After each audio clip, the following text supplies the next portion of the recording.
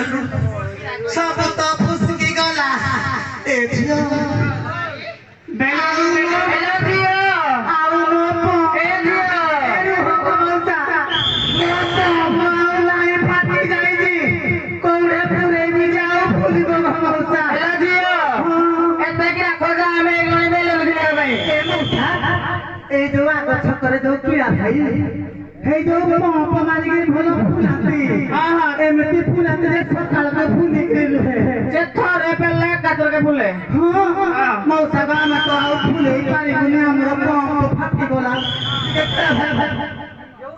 balloon balloon balloon मोरा गुप्ती काट hello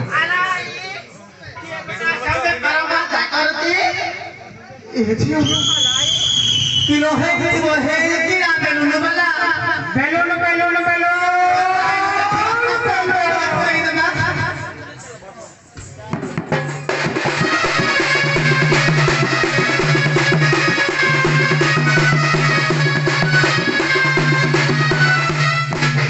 बुप्पा माटी पवन हे जकानय ए लुगा पटा खुली दियो बाजू पवन हेलो आई मेरे कोन करे था ऊपर छोटा छोटा हे जकाथिया चोरी को खुली दियो बाजू हावा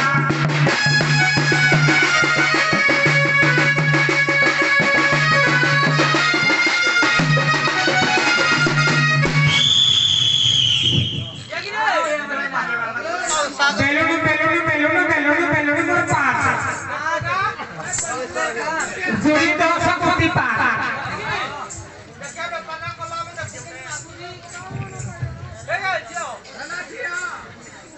कारो प्रेशर कमी जी कारो फुलुली ए केला भाई कारो निकाल फुली उठाई मोर फूल टिके फूलई रहलो प्रेशर